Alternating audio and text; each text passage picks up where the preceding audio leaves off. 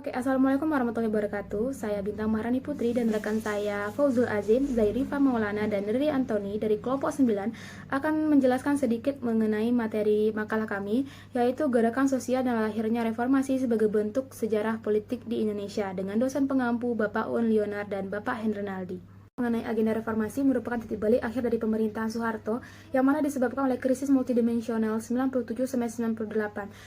Gerakan reformasi ini dilakukan oleh mahasiswa kampus ternama yang berkembang meluas menjadi sebuah gerak kolektif yang besar.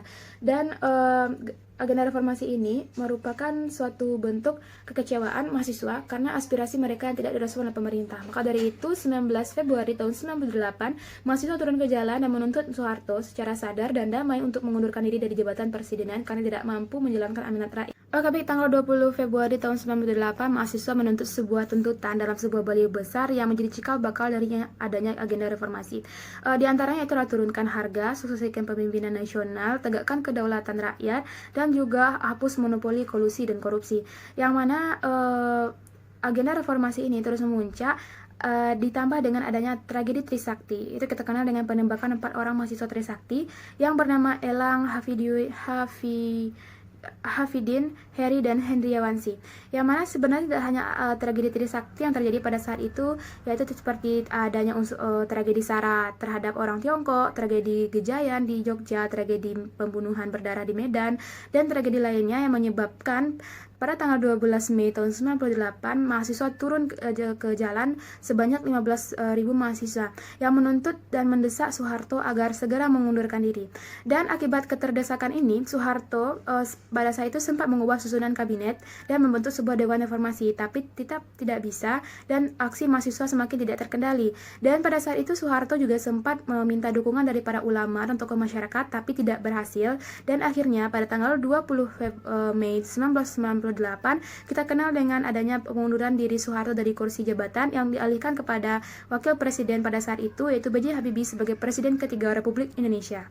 Lalu apa saja isi dari agenda reformasi? Agenda reformasi berisi 6 buah tuntutan. Yang pertama yaitu suksesi kepemimpinan nasional, amandemen UUD 1945, penghapusan difungsi ABRI. Ini dapat kita lihat nanti dari upaya B.J. Habibie untuk mengurangi keterlibatan TNI atau ABRI dalam kursi DPR. Dan juga nanti kita lihat juga dalam amandemen Undang-Undang 99 yang adanya pemisahan tugas dan peran dari fungsi ABRI dan juga TNI atau polisi dengan TNI. Selanjutnya yaitu adanya penegakan supremasi hukum, yang di sini Habibie berusaha untuk menegakkan hukum seadil-adilnya dan menegakkan untuk sesuai dengan azas hak asasi manusia. Selanjutnya yaitu ada penegakan supremasi hukum dan juga pelaksanaan otonomi daerah. Lalu sebenarnya agenda reformasi ini memiliki tujuan, diantaranya yaitu untuk menuntut menurunkan harga terhadap krisis multidimensional yang terjadi pada tahun 97 sampai 98. Dan pada dasarnya agenda reformasi ini adalah sebuah usaha untuk menghentikan MPR atau DPR untuk tidak lagi mencalonkan Soeharto menjadi Presiden Republik Indonesia. Baiklah, perkenalkan nama saya Fauzul Azim dengan NIM 2004-6053. Saya akan menjelaskan tentang strategi politik pasca reformasi. Konstitusi pada masa Orde Baru dijadikan instrumen politik yang paling ampuh untuk berkembangnya otoritarianisme dan menyuburkan praktik korupsi, kolusi, serta nepotisme di sekitar kekuasaan presiden. Konstitusi pada saat itu diterjemahkan sesuai dengan keinginan pemegang kekuasaan. Soeharto menafsirkan demokrasi dalam Undang-Undang Dasar 1945 sebagai demokrasi Pancasila yang melahirkan rezim otoriter. Karena itu, reformasi menjadi momentum untuk mengamandemenkan Undang-Undang Dasar 1945 yang dianggap tak lagi memadai dalam mengantisipasi penyelewengan kekuasaan dalam praktik penyelenggaraan negara. Demokrasi yang menjunjung tinggi kedaulatan rakyat direkomendasikan untuk menanggulangi krisis di bidang politik. Sistem politik tata negara yang sangat condong pada sisi eksekutif diubah. Pembagian kekuasaan legislatif eksekutif dipertegas dengan sistem check and balance yang lebih ketat. Yang pertama yaitu memilih memperkuat presidensial.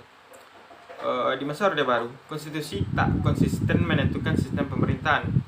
Di satu sisi ada corak sistem presidensial seperti menteri yang diangkat dan diberhentikan oleh presiden. Di sisi lain sistem pemerintahan lebih condong pada corak sistem parlementer. Reformasi jadi momentum untuk memperjelas kembali sistem ketatanegaraan. Sistem presidensial kemudian dipilih sebagai respon atas pengalaman traumatis otoritarianisme pada masa Orde Baru di bawah sistem parlementer.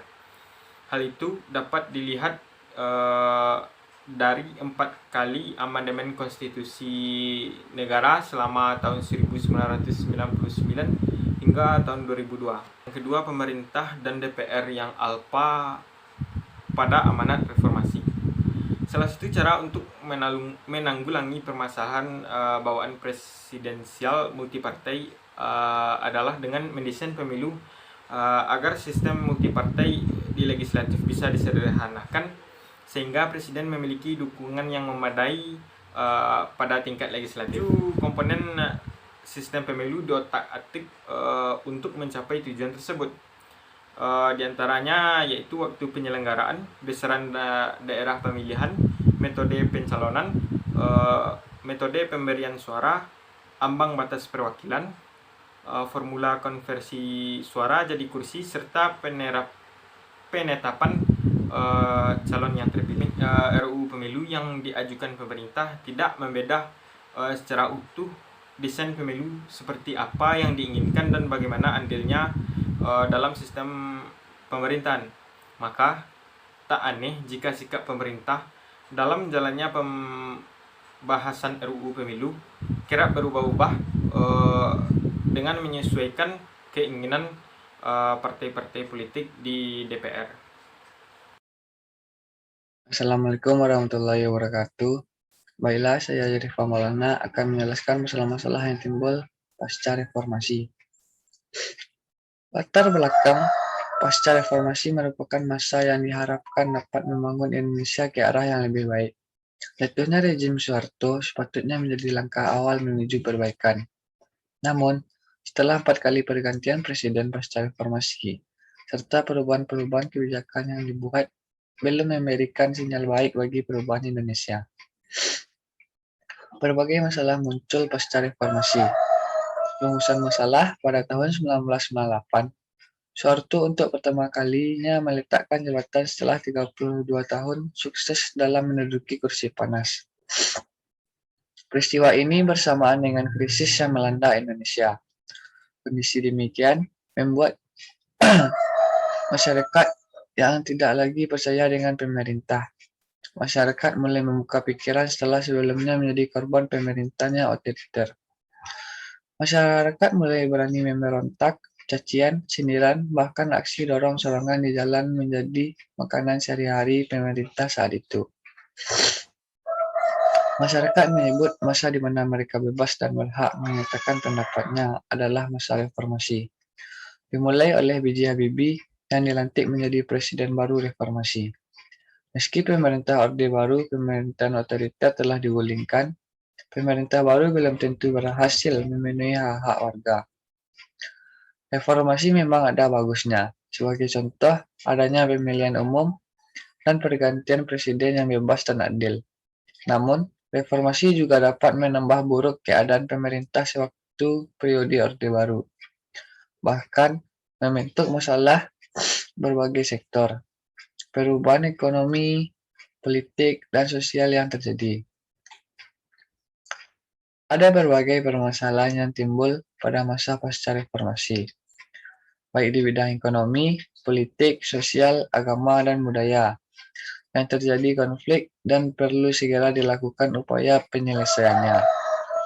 Salah satu permasalahan bangsa yang timbul pada masa reformasi adalah masalah disintegrasi. Ada beberapa contoh konflik internal yang terjadi di Indonesia pada masa pasca reformasi. Konflik ini memiliki kecenderungan terkait disintegrasi, baik suku maupun wilayah yang merasa kurang diperhatikan oleh pemerintah. Adapun contoh konflik yang terjadi antara lain, yang pertama gerakan separatisme yang terjadi di Aceh, perjuangan otonomi Papua dan gerakan separatis, konflik komunal di Maluku, disintegrasi Timur Leste, dan berbagai persoalan yang belum tuntas, dan beberapa konflik lokal yang terjadi di Indonesia. Masalah yang timbul pasca reformasi. Permasalahan besar dalam transisi politik yang dialami Indonesia pasca Orde Baru ada 3. Yang pertama, relatif tidak adanya kekuatan oposisi yang terlembaga sebagai alternatif bagi kekuatan status quo yang berpusat pada militer, Golkar, dan kroni Soeharto. 2. Terpolarisasinya kekuatan reformasi sehingga tidak dapat terjadi konsolidasi yang diperlukan untuk mendukung perubahan secara signifikan. Yang ketiga, tiadanya konsensus minimum di antara kalangan oposisi sendiri, terutama mengenai arah, visi, platform politik, dan atau format perubahan politik pasca Soeharto. Krisis etika dan kegagalan kepemimpinan. Akumulasi pendangkalan pemahaman terhadap politik tersebut berdampak pada terjadinya krisis etika dan kepemimpinan sangat serius di semua tingkat, negara dan masyarakat di pusat dan daerah. Pluralisme kebangsaan dan paradoks demokrasi.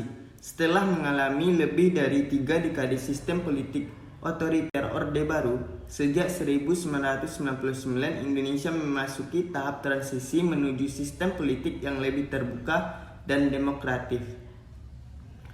Berbagai agenda reformasi akhirnya bergulir seperti amandemen Undang-Undang 1945, pemilihan umum, dan lain-lain. Anatomi kegagalan, bidang politik dan pemerintahan, bidang ekonomi, bidang budaya. Faktor negara. Sulit dipungkiri bahwa aktor terpenting yang semestinya paling bertanggung jawab atas kegagalan negara dalam mengawal dan menyatuni perbedaan serta keberagaman sebagai fondasi bagi nasionalisme Indonesia adalah elit penyelenggara negara di semua tingkat serta cabang pemerintahan, baik eksekutif, legislatif maupun yudikatif.